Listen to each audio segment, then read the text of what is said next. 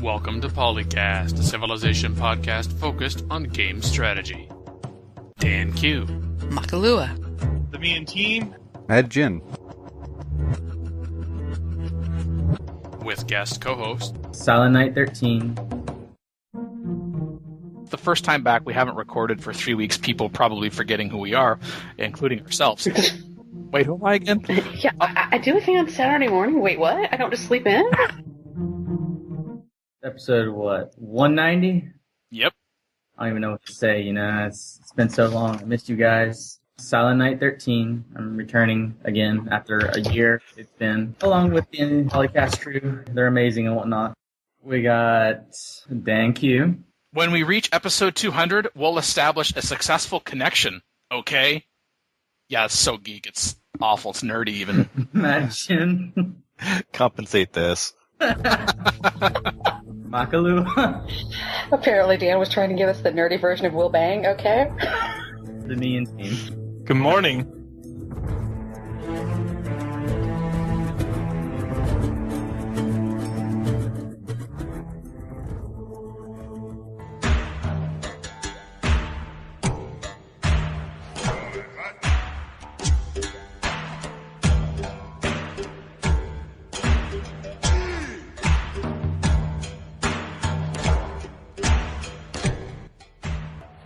Started by Leopoldo. No compensation for lost GP profits and engineers. An injustice, or a injustice, perhaps, the thread says. During more than one multiplayer game, I've been with my friends when we also use the TeamSpeak room for accurate, friendly communications. We've experienced the situation where one player spends a great engineer on rushing a world wonder, when on that same term another player was finishing the world wonder normally. What seems unfair is that in more than one instance, the player slow building the world wonder was given the world wonder anyway. And the player rushed was not. Oh, I see what's going on here. Aww, violin But time. it's a tie, right? I mean, if you're going to go into a tie, it's a crapshoot. However, that's not the main complaint, and a different issue if there was a bias towards the slow builder. The complaint issue is if a player slow builds a world wonder, there's a lot of gold compensation. Why is a player who spends a great engineer not afforded the same consideration? In vanilla, you used to get 200 gold if you use a great engineer and you missed a wonder. Yeah, you're supposed to get gold equal to the production put in. Well, give or take some, really crappy modification. Downward trend. I know in single player that happens, but maybe in multiplayer something got forgotten. I was just going to say suck it up, but he does at least need to get the gold. Yeah. You essentially did use your engineer on hammers. So those hammers should be converted back. At least get 1-to-1 for the engineer hammers, even if you don't get 1-to-1 for the rest of it. In this particular instance, it should just be taking the single player mechanics because it's not really something that would be different for multiplayer. And even with simultaneous turns, nothing actually triggers till the next turn. So yeah, I mean, you really should get gold compensation. I know further in the thread they start talking about no hammer overflow, stuff like that. And Canis actually makes a good point. The notification for fail gold probably doesn't appear in multiplayer since it's the same kind of message as the runes, as in you will have a brief flash on your screen, not an actual notification if you get gold from runes. And that could be the same way. Because I know in single player it's also a little brief flash. You don't get a full-on notification about how much gold you got. So it could be something along that line, like you're just not getting notified. And maybe the money is still there. Unless, of course, they were paying attention to it, and obviously no gold is there, but still. There should definitely be money. And notification, I think that's one of those things that should be toggle-able. Long list of toggle options in your options menu. What notifications do you really want to hear about? Considering the game spams you with plenty, even in multiplayer. But even still, people were talking about hammer overflow and whether or not using a GE to get hammer overflow should happen or not. And I would definitely say no to that. Otherwise, you could mass spam GEs on a wonder and then mass overflow into an insane number of buildings after that with those great engineers. I would say no. And yes, there is limitations to overflow hammers, et cetera, but there's also ways to mess with it to make sure that you get a ton of overflow hammers, even normally without, doing GE rushes or anything like that. So I don't know, man. The alternatives there. I don't know if rushing out enough buildings is enough strength relative to just getting a scientist or something. Yeah, well, it just depends on what you're doing. Like, if you really wanted the wonder, I then okay. guess. You could use it to rush out a bunch of units, too, potentially. So, yeah, you can't Or really... you roll it over into another wonder. Yeah, like rush a wonder that you know is going to fail anyways, and then the next turn you hit the tech for the next wonder that you actually want, and you roll it right into that and get it instantly. Although that just seems like a waste of time, actually. Like in multiplayer, for example, in terms of processing turns, the host has... Yeah, host is God. Short of that, I would think it would be a better way to go in the sense that kind of like it was in Civilization 4, where if a player was going to finish a wonder on the same turn as another player, whether it had great engineer or anything, or just quote-unquote straight-up build order, if you had the greatest overflow, then you're the one that got it. I mean, yes, absolutely, you should get the compensation like we're talking about, but in terms of deciding who is going to actually get that, it's a pain in the butt in multiplayer in particular because of that order. It's still ordered. Single player has a different issue where you're player 1, so on turn X, the wonder hasn't completed yet, and you spam out an engineer to get it, and then it's still turn X when the AI does their turn, and they complete it, and then you get wah, wah, wah, even though it's technically finished already on their previous turn. There is issues in there because I would say for fairness, if you want to do it that way, since the AI on turn X goes after you, if they had already completed it, then you shouldn't be able to GE rush it. No, you should then be notified that don't waste your GE on this, because otherwise I would say, okay, then with the GE you should get it because most likely you're going to have the greatest overflow into that wonder.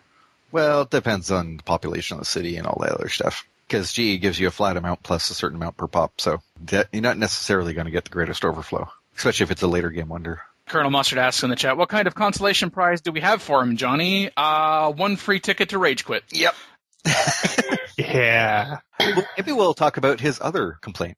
There's a similar rare situation where 2 players are each awarded a great profit on the same turn and are vying for the last remaining chance for a religion. Is it fair to award the religion to the person who essentially clicks through the belief choices process the fastest and leave the player who spent his great profit with nothing? When this happens, the slower player in this process loses his great profit and all the faith points spent on it and gets absolutely nothing in compensation.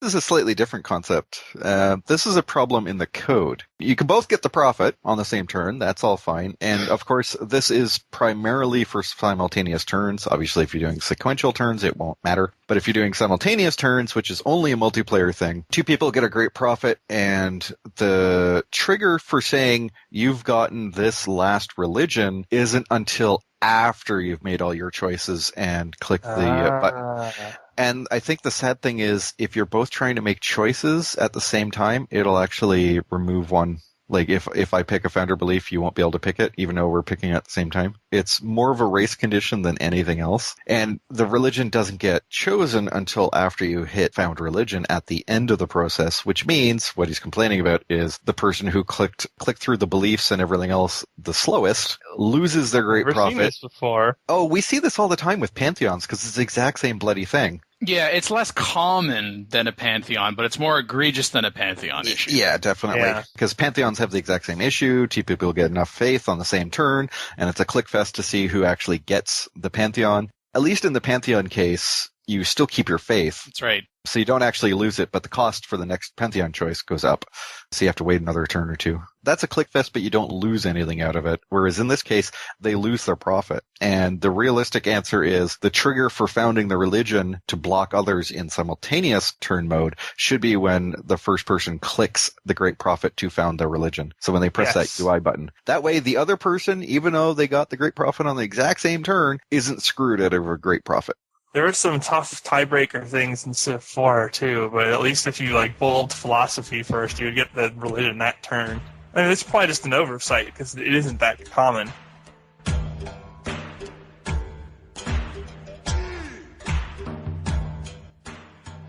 Talca was asking about ideologies, 3 factories or the modern era. Simple question. When you go for an ideology in Brave New World, do you prefer to go to 3 factories or you get one by hitting the modern era? He asked because in his recent game he was doing the 1 city challenge and of course couldn't get enough factories to build it, so instead he rushed into modern era by going scientific theory, electricity to radio. With using a great scientist in Oxford, he was in the industrial era for a grand total of 7 whole turns. He finished the industrial era without ever industrializing.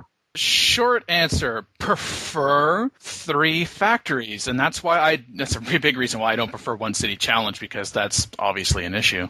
Yeah. Unless you happen to be a super, super science outfit empire and you have a great scientist on hold that you could burn to do the rush, 3 factories usually is a lot less time. As long as you actually have coal. Yes. That comes up in the thread so much. People are like, oh, I don't have any coal. I can't afford to take it. Yes, you can. There's a city-state right next to you that's hostile and has coal. There, now you're bit. Well, yeah, you could take them over. You could actually get the coal, through allied status. Yeah. But Just had a couple of city-states you were friendly with who would probably have coal. But quite frankly, I actually think a better method, if you don't have coal, quote-unquote, yourself, you're not going to be able to get it through a city-state, and of course we're putting get in quotation marks there.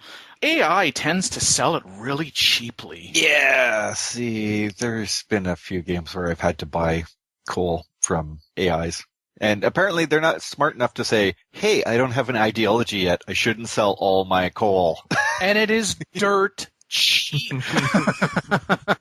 Well, it's not our fault that they undervalue coal. Yeah. Oh, yeah, like cheap, like 1 gold per turn. Thanks, I'll take your 22 coal. And now you can't get an ideology for another 20, 30 turns. There's the other benefit for actually getting the coal from the AI. You know what? It's so good. There are times when I have coal natively, and I say, hey, can I get your coal? Because I want to. Just for what Machin's saying. I'm sure there's going to be a threat. Dan, you're exploiting the game. Grr and R. Yeah, what? It's not like he doesn't already exploit it, but with the city-states bullying them all the time, so, Nah. But the problem with city-states, of course, is that they only get the tech if multiple civs have the tech, which means even if they do have coal and you see they have coal, even if they have a mine on it, it doesn't necessarily mean they're going to give you coal because they don't have the tech for it yet. That's why you go take them over. I mean, I prefer the 3 factory route because I'm going to do the factories anyways. So it's theoretically faster because getting to industrialization is actually a straight beeline versus going up to scientific theory first and then into electricity and radio. But yeah, if you don't have coal or you can't find coal, then yeah, you're having issues. The modern era rush is actually more stable of a choice. It's just that the 3 factories is sufficiently likely that's a better choice overall. Like tying back to what Mackie was saying before, like if you are so far ahead in tech that you believe I'm going to be able to get to the modern era first before, say, another AI, at least an AI that I have contact with, is going to be able to get to the industrial era, in which case they will then know about coal to begin with, then yeah, okay, because then you're not going to be able to buy it off them. Because even if you know about the coal and they don't know about the coal, it's like, oh my gosh, do you not recognize that this is black good stuff? Yep. Also keep in mind, a lot of civs like to go to archaeology first, which means they didn't go to industrialization. Some will go to rifling first, which means no industrialization. So even if they're making it to the modern era before you, or deeper into the industrial era, they're still not going with that coal. I know somewhere in the thread is like, oh, there's nothing at radio. Well, no, electricity gives you aluminum, so you at least see where that is, and hydro dams. So if you're on rivers, that's a lot of nice production. Not to mention radio, there's some pretty sweet wonders sitting there. And hey, if you didn't go huge, there is that thought line of going towards the extra spies. Not to mention going into modern quickly means that you get an extra spy. So you can steal techs all the way up through archaeology and other along that line as well. So there's good reasons to go both. But for those people complaining about Venice, looking down thread and there was like, except for Venice, I go for 3 factories. What? Yeah, you're able to buy what you want in your vassals' cities. Mackie, there's just one thing about the thread that I am so surprised you didn't say. Well, of course Dan picked his top. Because it has a poll, huh? Yeah, and it's 2/3 to 1/3 to 2/3 preferring the 3 factories. Who are you third people that are doing Modern Era Rush all the time? Do you always play Venice or an OCC or something? I'm going to give them the benefit of the doubt and say that's what they're doing, or they are just so super, super duper awesome in technology, seems to be them way too often. And because this is a preference, I admit it's not an always thing, but why would you prefer to do this unless, you're kind of quote-unquote forced into it because of a one-city challenge, or you're so consistently far ahead in technology, maybe you should move up a difficulty level, something. Another Hall of Fame space start. Let's do this. Actually, I know the people who are mostly talking in the thread and saying it, but yeah, Modern Rush is so solid, and you don't have to worry about the randomness, but it's also getting into radio. Plus, you get, scientific theory for more science. So science is God in the game, and if you go for the tech path that gives you math science, you can get more science, among other things. So in games where you're already on a huge science rush, pretty much. Yeah. Well, I mean, that's most games at upper level anyways, so... I feel important to point out and give thanks to both Mackie and Phil for voting in this poll since we started talking about it. And it's now actually slightly ahead of two-thirds. It's now 67%. Oh, Phil, why'd you mess that up? I knew someone was going to do that as soon as the poll result was mentioned. Had to be done. Yes. You're still listening to PolyCast 1. Yeah, it even says who votes. Yes, that's true. For what? No secret ballot here, I tell you what. I admit I'm often tempted to vote for something unpopular just to troll, but this time I didn't do that. And then that's the other thing. You could always use Oxford on industrialization, which is really, really, really easy. The only problem is that, if you don't have coal around or you have to wait forever to get the coal from somebody else, then you just wasted Oxford on a tech that didn't help you.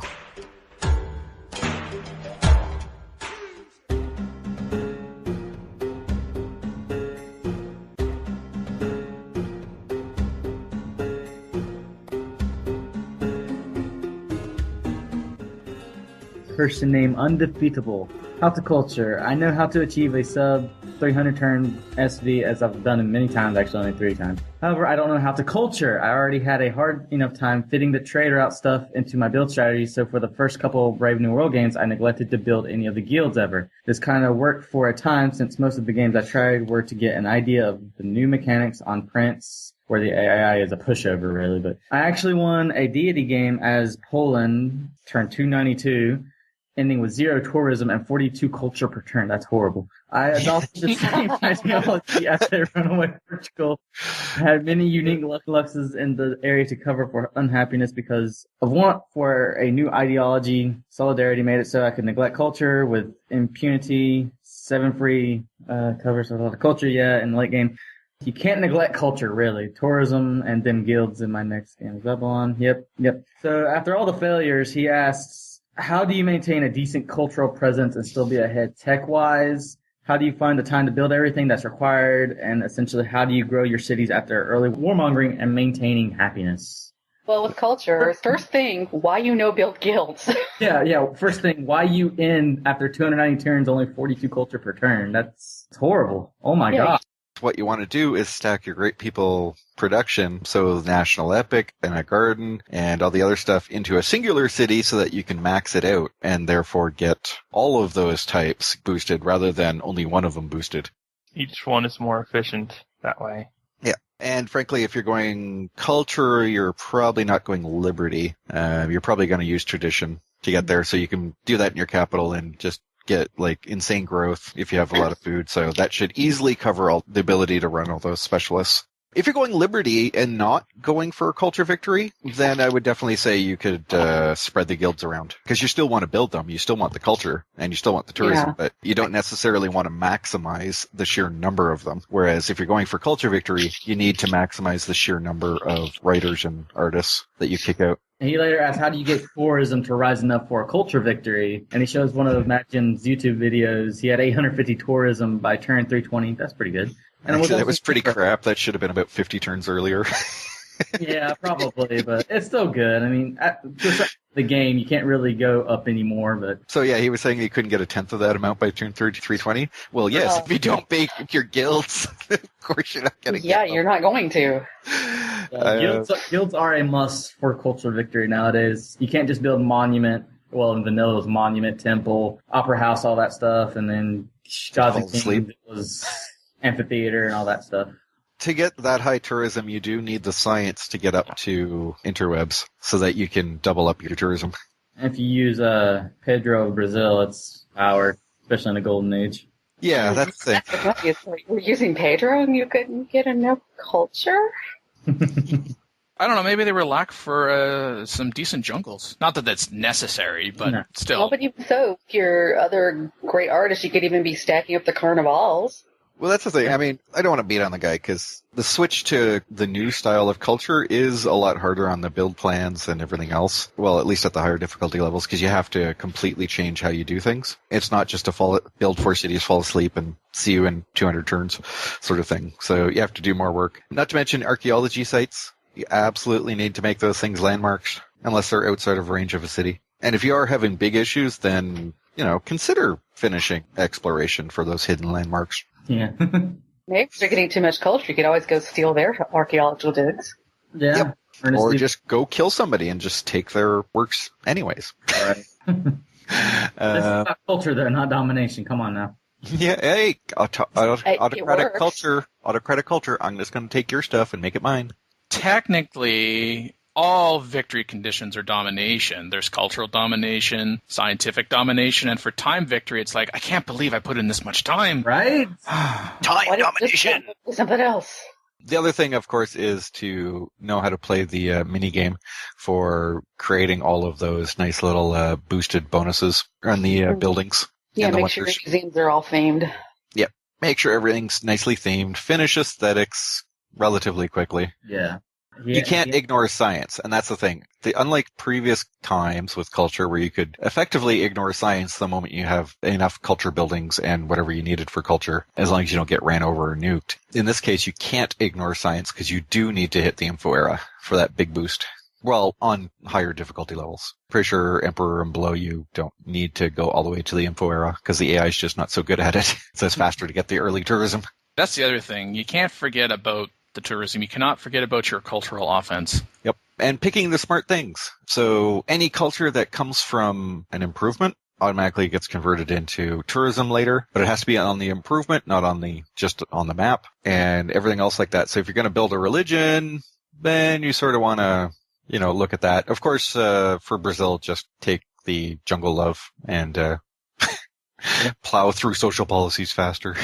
Oh my gosh, with religion, if you can position yourself to be able to construct at least one religious building, like a pagoda or a monastery or a mosque, or if you can even stack them, and then if you go a little on the wide side and you go piety and get the Reformation sacred sites, you get 2 tourism from each one so early on in the game without doing much of anything else as far as tourism. That just helps set you up so perfectly. You don't even have to be going religion. I realized this, and I wasn't even going for a culture victory because, quite honestly, I don't like a culture victory, but even I like this. So if you're going culture, I'm not saying it's something that you have to do, but it is so sweet to help with that early offensive culture. And I love how you completely forgot about the cathedral with the Great Work slot in it, in that list. I was just mentioning the ones that I thought off of the top of my head. And again, goes towards I don't play culture victories. But yeah, going wide, going that way. But that's the thing. There's so many ways to do it now. And of course, don't forget the World Congress. If you found a religion, make it the world religion. Don't forget your diplomats. Yep. I isolate those civilizations that have not founded their own religion and spread your religion to them at the very least. Yep. So they're more likely to support your resolution to make it the world religion. And then you'll get the tourism boost in your holy city. That's right. Which is also your wonder spam city and very likely your capital, realistically, at that point. But whatever. It's harder, I would say, to get a culture victory now than it was before. But that's mostly because you have to figure out how to change and deal with it. You have to do something other than press and turn like 200 exactly. times. Yeah, it's not a passive thing anymore. Yep. Unless you're playing Gandhi.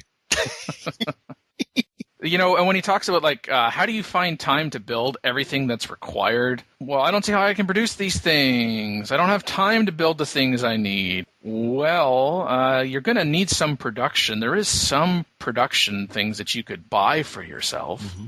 Go get cash. Buy stuff. Food comes before hammers, comes before gold, because you have trade routes. So don't forget, grow. Constantly grow. Don't hit negative happiness for long, and grow. Add more growth to it. Yep. Yeah, it ties to, how do you grow your cities after early warmongering and maintain happiness? Well, make sure you have the luxuries and the buildings and or religion and or ideology. Well, it also says Don't go to war if you barely have any surplus. Well, and be careful who you go to war with, right? Because they're probably those that you might want to exchange luxuries for or buy surplus luxuries from people. Got to be careful who you tick off and when you tick them off. The other problem is you have to keep in mind different start plans. If you're going Brazil in a jungle, it is slow in the early game. It is a very, very, very, very slow thing to do. So early warmongering in a jungle is not necessarily the best plan. Actually, it's pretty much a horrifyingly bad plan. You better hope your jungle is next to a mountain range or some hills. Yeah, if you're going to be in the jungle, go hug a mountain. That way, at least by the time you hit astronomy, you can throw an observatory in there at the same time. Speaking of jungles, in the jungle, the mighty jungle, Pedro sleeps tonight. Oh, no. Yes. Hey, Mackie didn't say no. She actually wanted it. Oh, No. no. Oh. Mega Bears fan went and built himself a website. He posted a strategy for Civ 5, Pedro, of course. Brazilian jungle king of Brave New World. I don't know if that's entirely true, but yeah, he's pretty solid in a jungle. He gets into a pretty lengthy discussion of different strategy bits. It's not too bad for the length of it, that is. Well, the first half of it, at least, is just going over all the information we already knew about what Brazil does and some history. Yeah, so he talks about the Carnival and Brazil Wood Camp and Prakana. Where he gets into stuff, and where I guess the point of this being on the show is, and actually it ties directly into what we were talking about earlier. no way! It's almost like it was planned or something. Dan, planning. So he talks about that Pedro in a jungle, of course, is a rough start, but you get a good payoff later. Basically, if you start in the middle of a jungle, you're not really going to have production, unless, of course, that there's something else there already, or you luck out and there's a hill that doesn't have the jungle on it at the time, or has, gems or blah, blah, blah. Now, the thing is with that, and, obviously you have the issue of having to go in and get to bronze working so you can chop that jungle before you can actually use it for anything. You do have benefit of that there is a lot of plantation-based resources in the jungle. Though, I mean, the problem with that is they have to actually chop the jungle first before using it, but most of them tend to give you more food. I mean, there's more money, obviously, so you can at least use money to purchase things before you actually make it a plantation. But like citrus and bananas and other stuff like that will give you more food, which means you can at least have a cow level type tile around your starting spot, unlike all the other jungle that are 2 food and have plains underneath them. A lot of the times you can quote-unquote get away with if you have enough flat jungle that any hill jungle tiles probably going to want to at least quote-unquote sacrifice some of them for the production so you can actually realize Brazil's benefit later on. Because otherwise you will have absolutely no production for the whole game. And you're going to have to struggle with using gold constantly if you don't actually chop out those jungles. But the thing is, what he doesn't get into is the sheer length of time it takes to chop down a jungle. Jungles are the worst tile on the map, taking upwards of 12 turns just to get it cleared and have something on it. And everything else is at least half that. Yeah, jungle starts are very, very, very rough. You will probably want multiple workers, more workers than you would normally do. And even if you're just doing a trading post in a jungle, it does take longer than in putting a trading post anywhere else. No early game wonders. Have fun with that. You will probably want to go tradition. Just saying.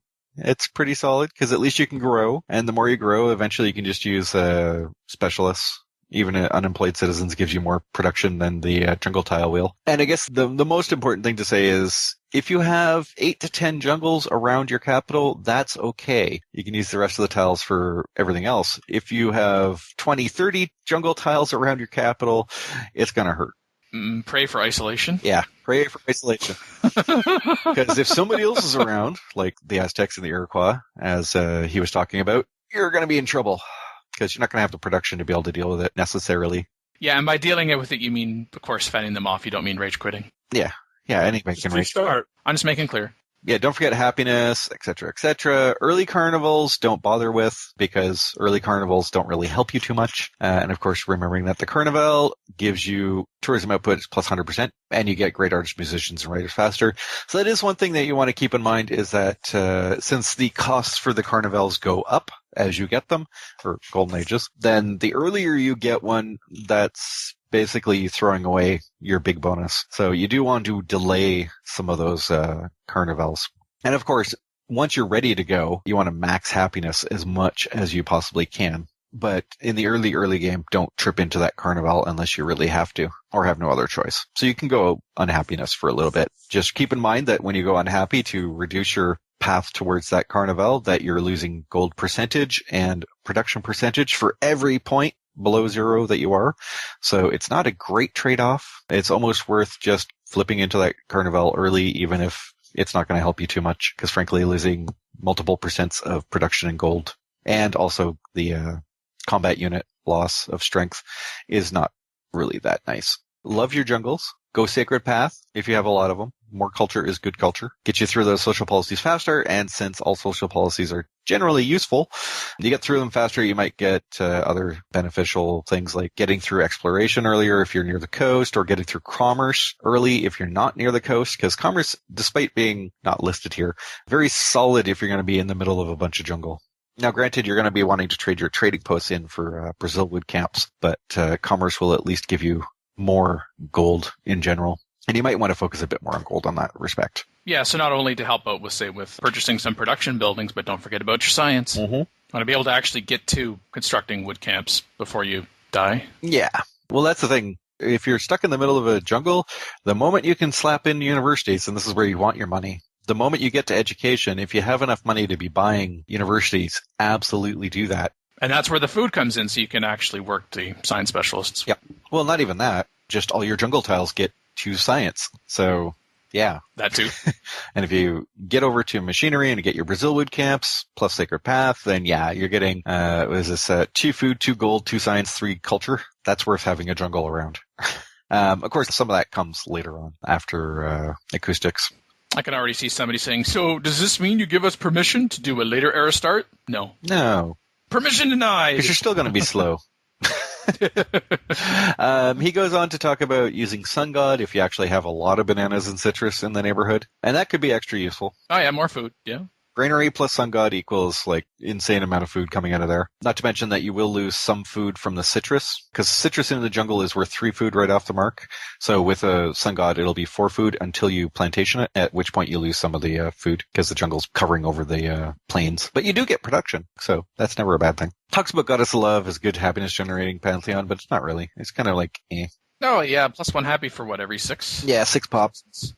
So you get 1. One. And then he talks about various other social policy choices and religion. And it's not a bad read. He gets into technology, though I would suspect that at the higher difficulty level, you're going to hit education, go into acoustics, so that you can open up rationalism right out the mark and then go back for machinery. He talks about going back and forth, but I guess it just entirely depends on what difficulty level you're running at. I would expect that education to acoustics and then back to machinery would work better. But just definitely don't forget your workshops and get that Ironwork National Wonder in as quickly as you possibly can. Yeah, because there's some nice wonders that you could be constructing as well to help you out as Brazil. But if you don't have any decent production, well, might as well just whistle Dixie. Yep.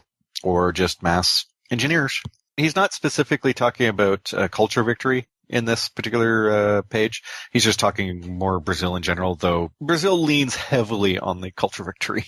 Talks about Pracanas. If you want to use them later in the game, that's fine. You get Golden Age points from them, so that can push you into the Carnivals. Keeping in mind that you don't gain Golden Age points while you're in a Golden Age, and including having for mass happiness, which seems a little annoying.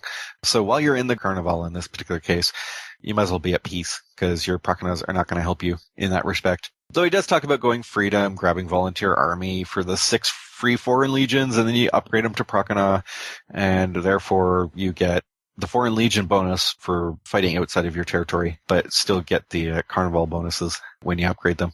If you don't happen to have jungles in your neighborhood, it happens a lot. Just go find it. It's on the map somewhere. Or take into account everything else we've said with regards to Brazil. Yeah. It's not necessary to play as Brazil, although you're going to miss out on a lot of that is unique to Brazil. Culture is still possible. It's just to play Brazil as is quote-unquote intended, you want to use at least a little jungle at some point in time. He then starts talking about what to do with Brazil as an AI, so goes to the flip side of it. He talks about if you can propose the world games and Brazil's in the game, don't. Brazil's Carnival does help with that culture output. Although, they're going to have the production in order to be able to get it, yes. So there is that balance. So yeah, they still have to win. Know where they are, know the lay of the land, have an idea of, where they are in the technology tree. Or just smash them early. Why do you always have to be so aggressive and go to that? I mean, why can't we all just live as one? Yeah, Pedro is not an AI that you want to leave alone forever. That's true. At least knock him around a little bit. You don't have to necessarily eliminate him. Yeah, no, if you can take out the capital and smash up a couple extra cities so that he's basically been broken a bit, then it's okay to just leave Brazil in the corner and blatantly ignore him. But you may want to go in and burn all his stuff down every once in a while just to slow him down. And take some Brazil wood camps for yourself. Yeah, he goes on to talking about undermining Brazil is just to annoy them by chopping all their jungles. Just walk in with a bunch of workers and chop all their jungles. Which is an entirely possible thing to do, because then you can go to war, not take a single city, and therefore not take warmongering penalties, but you can chop all their jungles, shoot up all their cities so that they want to give you a bunch of stuff, and then you can just take their money and gold and luxuries and all that and watch them do absolutely nothing. So, hey guys, did you want more strategy from Big Bears fan? Because he also did one on Assyria. Seriously? The Assyrian Tech Thief. Yeah, tip one, it's a very versatile civ. As long as you play aggressively, well, yeah, you kind of have siege towers. If you're just going to sit back and do culture, this is not the civ for you. Unless you're trying to really handicap yourself. Yeah. One of the issues you have with him being a tech thief is the other civ has to have techs you haven't discovered for you to get any benefit. Yeah, it's a nice benefit for Assyria, but it's not the more likely realizable benefit for Assyria, at least early on, because there is this point, and he kind of gets into where you can kind of coast a little bit when it comes to technologies in the sense that you go and you take other technologies, because once you get to the point of actually being able to construct these siege towers, then you go and you take cities. Yes, and he had said in his guide that there was no way to check any screens to see if people had more text than you, but actually you can look at the trade routes that people in other accompanying threads pointed this out, because if you're getting science from them, then that means they've got something you don't. That's right, and you might think, well, whatever technology I can get is not really that important to me. Well, it's one less tech you have to research for yourself. Yes. So take it. Sit back, build up a few siege towers, some archers to go with them, let everybody else tech.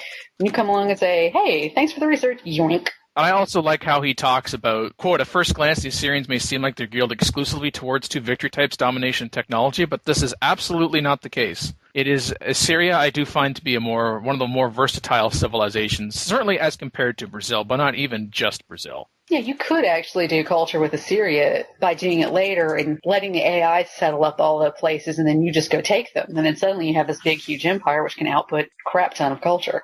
Royal libraries. Mm-hmm. No. No? Siege tower. Well, to get you help started earlier is what I mean. For the culture part. You have to go up to Drama and Portugal before you can fill the thing. Yeah, and? Yeah, you're probably still going to be rolling over cities at drama, so... You're causing drama? Yeah, I'm causing a great drama. The drama of, oops, now you're part of my empire. Thanks.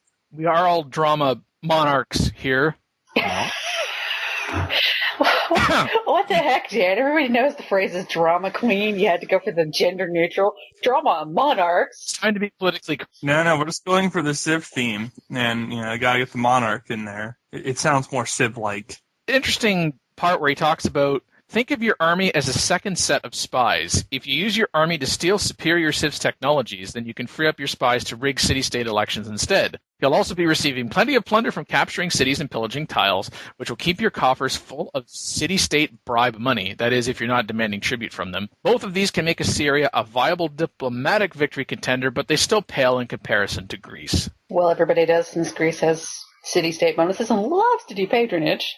Yeah, but also with Assyria, because you're doing so much warmongering, you have to be sure that you're not meet everybody else before you're finished with the warmongering. If you're playing like on continents, conquer your continent, then go look for other people. Don't try to find everybody, because then everybody's going to go, you suck, you fight all the time. That's right, this is not Civ 4, where they magically know. Yeah, I mean, that's the thing. Just munch all the city-states near you. It's a good way to expand early in the game. It's good for fiber. Mm-hmm. City-states are full of fiber, huh? And you get techs. The only time you're not supposed to get a tech is if you already had taken it before. They get techs equal to when multiple people have it. If they don't have the technology themselves because multiple civs haven't gotten it yet. Exactly. It's not as likely if you take a civ of a civ proper. Although, of course, as is pointed out in the article, if they settle a city, you take it and you raise it, and then they settle it again, well... Technically, it's not the same city. Well, it's very much not the same city, but... Yeah. Yeah, I love the advice about playing Syria basically boils down to rage quit. Take it close enough to hit you, rage quit. Yeah. Well, with Assyria early on, just target siege towers. Sure. Obviously, you don't want them next to your city, but don't even let them get near your city because they can provide, of course, that combat benefit against cities, which include not just other siege towers, but other units, period. Mm-hmm. Yeah, beating up Assyria, just stop them early and then they stop becoming a problem. If you can get past the siege tower time to the point where those are no longer useful, then NAI Assyria is pretty weak after that.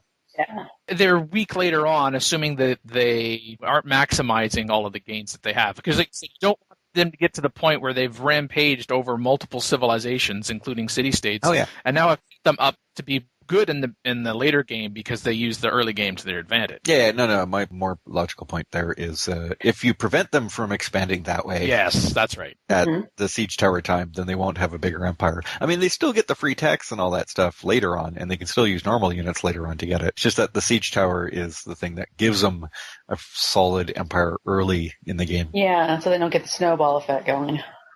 Exactly. And they're right. If the later on, then, hey, if I capture a city and you have attack, I get it. Well, you're going to have to be able to capture it. Bonus. You've negated the siege tower's benefit because they can't construct anymore. They're not on the map anymore. Otherwise, you're able to squash them. You're able to counteract them. Otherwise, then yeah, no advantage. Later game in that case. So what you want to do with Assyria is you want to do a later game start.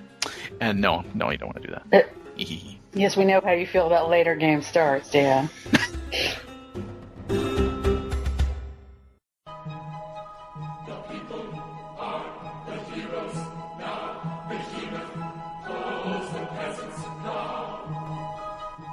You love your stats, Dan. We can't get you to stop when you're given a bunch of stats.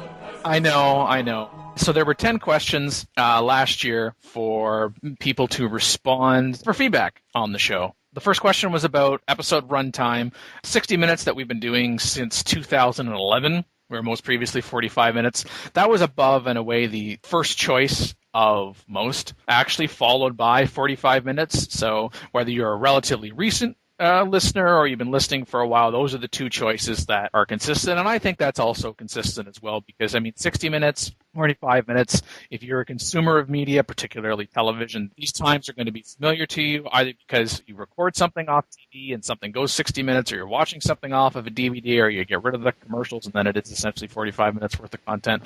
So that makes sense. That didn't surprise me at all. I don't think that surprises anyone here. What did surprise me, and this was much closer in the next question about whether we should record essentially every other week or every week. The options to record monthly or quarterly were absolutely blown out of the water, thankfully. Actually, recording every other week was slightly preferred to being recorded weekly, so maybe it's sinking in that you actually don't want us to record every week because too much of a good thing is not a good thing anymore. You might get co-host rights if you try to do this every week. Yeah. Well, there's also that too, and then in which case there would be no episodes. We wouldn't even make a quarterly quota, so other than quarterly quota being alliteration, there's really nothing good about it at all. The biggest surprise, I have to say, right now actually came from the third question, which was listed all of the segments that were considered for inclusion for PolyCast in 2013, and then I marked those that were specifically included. So for the first time in one of these, I talked about essentially segments that even though we thought we might do, we didn't include. The two that were not included at all last year were Time Machine, where we look back at key moments in Civ history, and Community Focus, which highlighted a specific segment of the community, which we actually only did in Season 6 so far. Both of those did not even get 50% of the votes, which, considering the fact that there wasn't any last year, might be kind of a self-fulfilling prophecy. And I'll also talk about self-fulfilling prophecies in a little bit. What did surprise me is that the Senate segment, which we debate game strategy, was not the most common response It was the second, yes, a strategy podcast. It was one vote short of Forum Talk, where we investigate hot issues raised in Civ community forums. But I must admit, I was surprised that on a strategy podcast, 75 respondents, by the way, 67 mentioned Senate, and 68 people talked about Forum Talk. News was next, and Research Lab and Interview, Open Mic, yes, Open Mic, imagine that, and Theater, where we share recent Civ gameplay experiences, all received at least 50% of the vote. The other one was Miscellaneous, that which does not fall into any other category, received less than 50%, and quite frankly, there's a lot of miscellaneous things we do on this show, so that's kind of the catch-all segment. That's really not going anywhere. That's kind of the default segment when I can't figure out, what other segment to put something in. Quickly on the next couple, how would you rate PolyCast on passion, showing excitement in what is being said? By far and away, the most common response was excellent, 8 out of 10, followed by 9 and 10 were the second and third most popular responses, so yay. As for connecting with the show's audience, so this was dialogue, the most popular responses were 8, 7, and 9. So in all of these cases, the first three responses for both of these questions were 60% or more of all responses. As for the content, design, and functionality of the PolyCast website, the most common response was 6, followed by 7 and 5, so everyone's a critic. I talked about self-fulfilling prophecy. A mixed coverage of Civilization 4, Civ 5, and Civ series in general is an ongoing effort on PolyCast. What do you feel that balance should be in 2014? And for the first time, Civilization 5 was the focus, number one. The forum that I most often people know that the survey existed in Civ community forums was in a Civ 5 forum.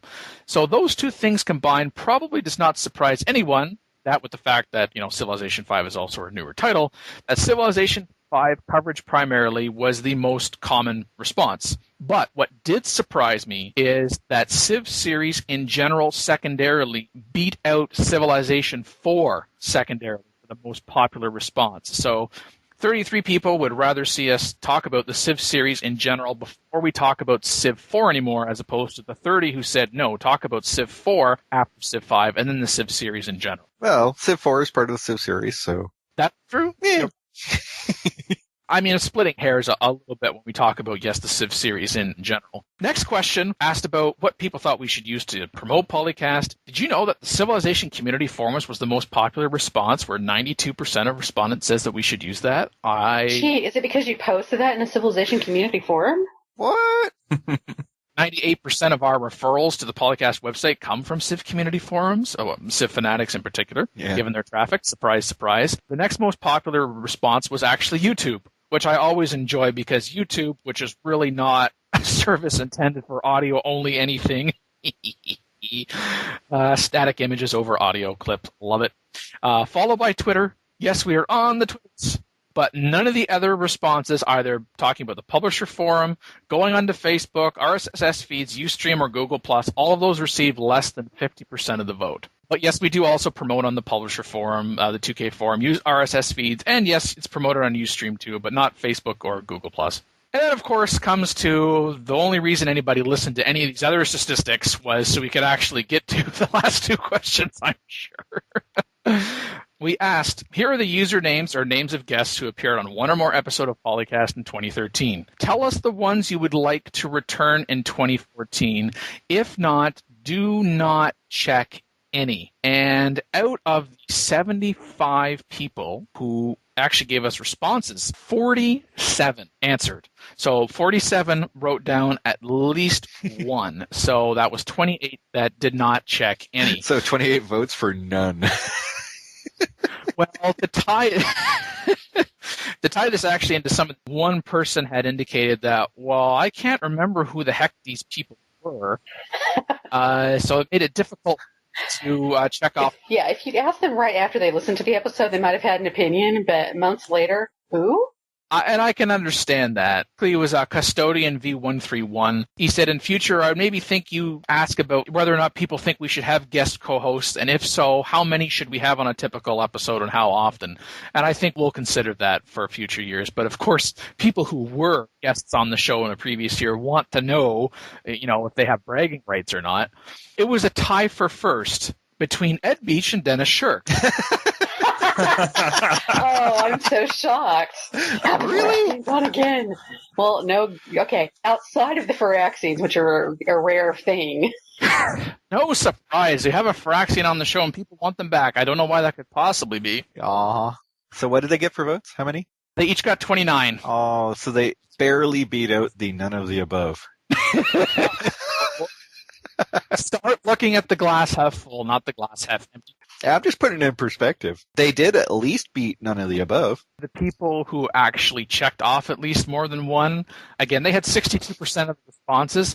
The person who was in second and second by themselves had 38% of the responses. And that's 38% of the 47 that checked anything. And so second place goes to Kamikaze, who was on episode 187. He cheated. Oh, is that... He's a CFC content admin.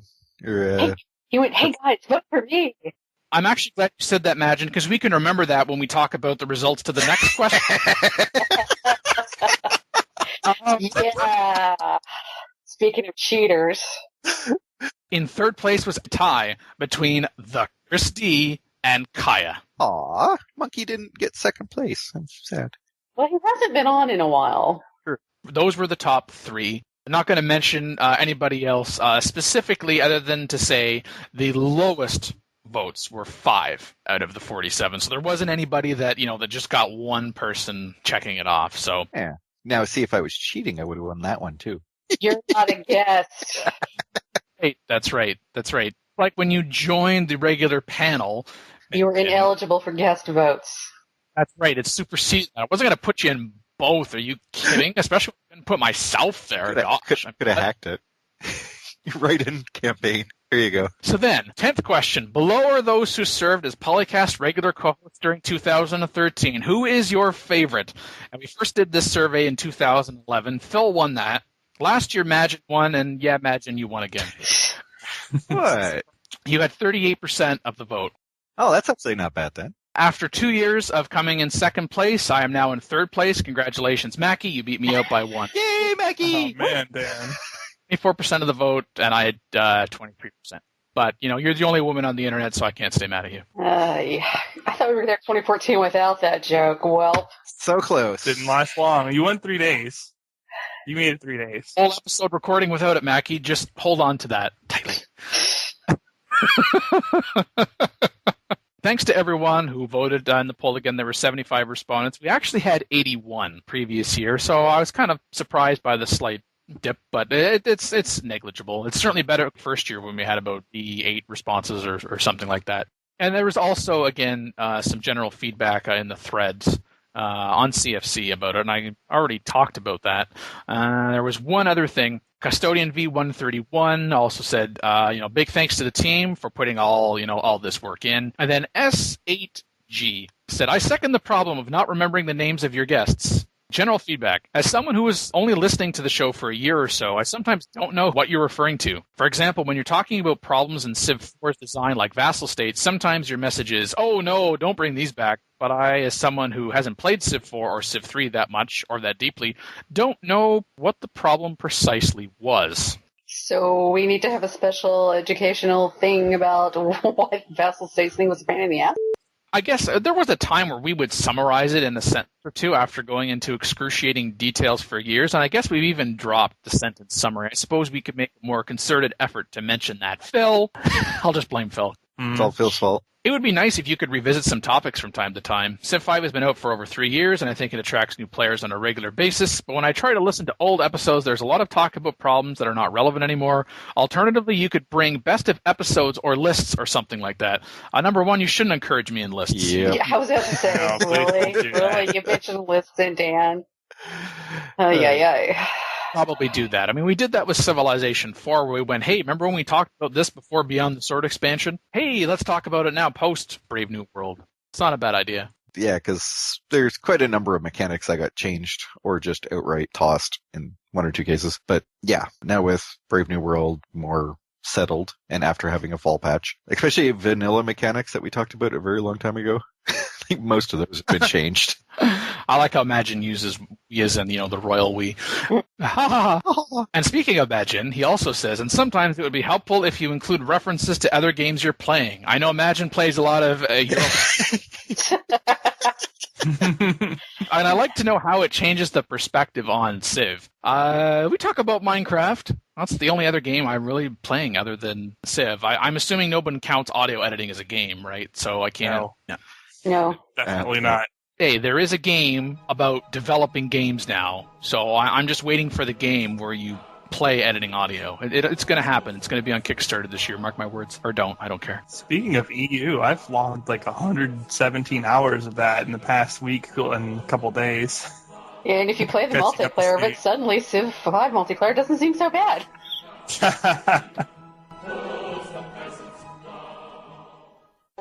Call in today. In North America, the number is 301-637-7659. That's 301-637-POLY. In Europe, 44-121-288-7659. That's 44-121-288-POLY. The only thing worse than being talked about is not being talked about. For more information on PolyCast, Our sibling shows Modcast, Revcast, and Turncast. Or about PolyCast in general. Log on to the series' official website at Polycast.net. thepolycast.net.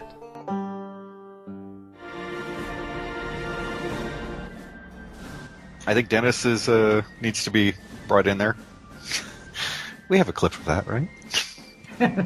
Actually, what are you referring to? I'm trying to remember. Remember, what's her face? Yes, Well, that's exactly. real specific. I do. I was behind her in the store yesterday, Imagine. The face you remember. No, that interview between Dennis and, or with Dennis and Ed and, oh crap. Oh, man. When they did the live stream. Oh, Kate. Oh. Yeah. Where Dennis turned around and said, well, you're doing it wrong. Oh, yes. Okay. Yes, I do remember. Yes, Kate was asking. I don't remember what her question was about, but I do remember Dennis saying that. Okay. Yeah, this is getting less funny all the time. You were talking about when Dennis did something. Dennis being for people who are wondering who the heck we're talking about, Dennis Shirk, lead producer at Brave New World. I thought you were talking about, when Dennis was doing it wrong, and I'm like, I was confused. Okay. Now that we're completely off the rails. A little bit. Thank you for listening to episode 190 of PolyCast. The regular panel will continue to move forward to episode 200 because, there are 4 of us. After me, there's Mackie. I'm still in pain from the puns right now. So much in pain she didn't even realize I just made another. The Me and Team. And we're off to another year, listeners. Imagine. What you said. And our returning guest, Silent Night 13. Thank you guys for having me. I hope to be on a little bit more this year.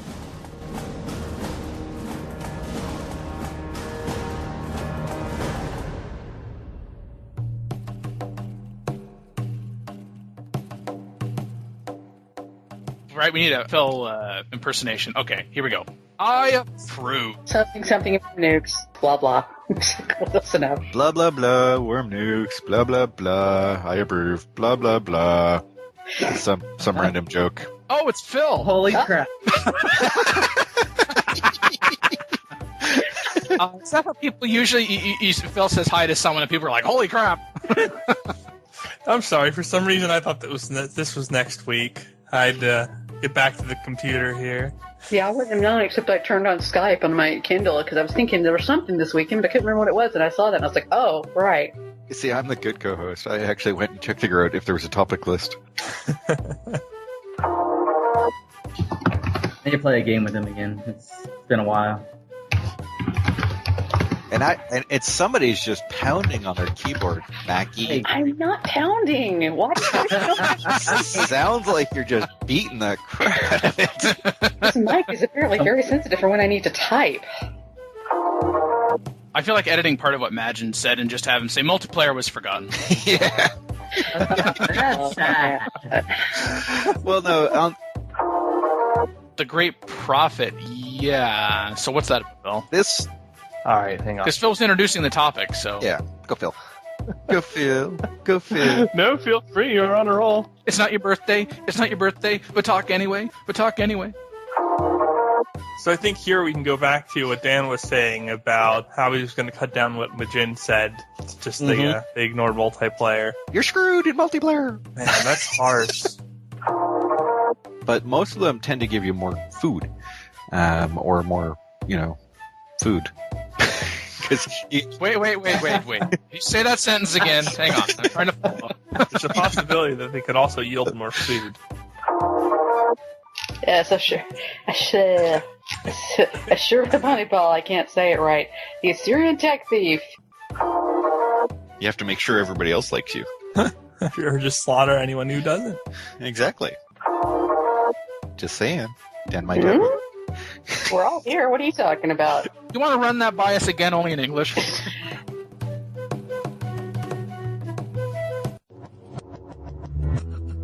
Record date January 4th, 2014. Civilization 4 and 5 sound clips. Copyright Take-Two Interactive.